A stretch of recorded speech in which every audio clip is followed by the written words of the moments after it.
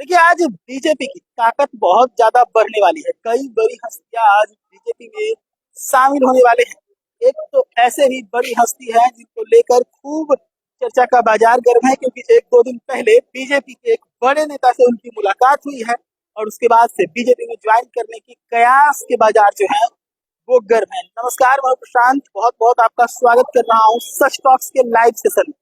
इस वक्त मैं आपको एक ब्रेकिंग खबर देने जा रहा हूँ। बड़ी खबर यह है कि आज बीजेपी के अंदर 3 बड़े चेहरे जो है वो शामिल होते हुए नजर आएंगे। इस वक्त मेरी मौजूदगी बीजेपी के प्रदेश कार्यालय के अटल सभागार के पास है। यहीं पर आप देख सकते हैं कुर्सियां लगी है, मंच सजा हुआ है और जो समर्थक हैं वो भी पहुंचने लगे हैं।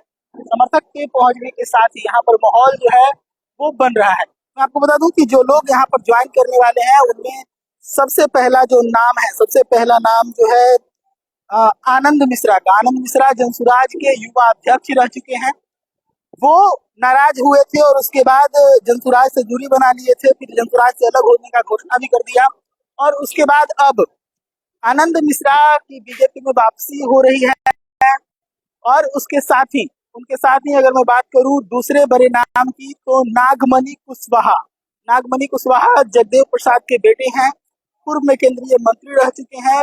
वो भी आज बीजेपी को ज्वाइन करने वाले हैं। और अगर तीसरी नाम की बात करें तो तीसरे नाम है आशुतोष कुमार, राष्ट्रीय जनजन पार्टी को स्थापित करने वाले। ये भी एक बड़े चेहरे हैं, ये भी आज बीजेपी को ज्वाइन करने वाले हैं। और इन सबको लेकर एक बड़ा भव्य आयोजन किया गया है, जिसकी तस्वीरें हम अभी आपको दिखा रहे थे। बड़ा सा मंच जो है वो अटल सभागार के बाहर सजाया गया है, क्योंकि अटल सभागार जो है इस इतने बड़े इवेंट के लिए छोटा पड़ने लगा था, तो ऐसे में बाहर में व्यवस्था की गई है। पवन सिंह का जिक्र मैंने सबसे पहले किया, तो उनके बारे में आपको बता दूं कि पवन सिंह ने आरके सिंह से मुलाकात की है। आरके सिंह से उनके मुलाकात के बाद से उनकी तस्वीरें जो है वो वायरल हुई और तस्वीरों में जो है साफ तौर पर देखा गया कि आरके सिंह और पवन सिंह साथ साथ में मुस्कुरा रहे हैं। तो कहीं ना कहीं ये फोटो के माध्यम से ये मैसेज दिया जा रहा था कि जो खाइयां थी आरके सिंह और पवन सिंह के बीच में उसको पाट दिया गया है और पवन सिंह जो है वो बीजेपी में वापसी कर सकते हैं। इस बात को लेकर भी कयास लगाए जा रहे हैं। तो हम तस्वीरें आपको बीजेपी के प्रदेश कार्यालय से दिखा रहे हैं। हालांकि इस बात का अभी तक कोई पुष्टिकरण नहीं है कि पवन सिंह बीजेपी कब ज्वाइन करेंगे। इस बात का अभी तक कोई पुष्टिकरण नहीं है। ज्वाइन करेंगे भी कि नहीं, ये पवन सिंह की तरफ से अभी तक कोई आधिकारिक घोषणा भी नहीं जारी किया गया है। लेकिन जो तस्वीरें हैं उन तस्वीरों के आधार पर पुरजोर तरीके से कयासों का बाजार गर्म है। और आज जो बड़ा इवेंट है बीजेपी के प्रदेश कार्यालय में अटल सभागार के पास, ये कहीं ना कहीं बीजेपी की शक्ति को बढ़ाने वाला है। अगर तीनों चेहरों की मैं बात करूं तो सबसे पहले आनंद मिश्रा। आनंद मिश्रा युवाओं में एक अलग क्रेज है। जनसुराज में वो जब थे तभी जनसुराज में उनका आनंद मिश्रा के तौर पर एक ब्रांड के रूप में उनका जगह था और इसी के कारण उनको प्रदेश युवा अध्यक्ष भी बनाया गया था। तो एक बड़ी पकड़ है जब आनंद मिश्रा की युवाओं में। साथ ही ब्राह्मण समाज से आते हैं, तो जो है एक ब्राह्मण समाज का भी कहीं ना कहीं प्रेजेंटेशन बीजेपी में बढ़ेगा।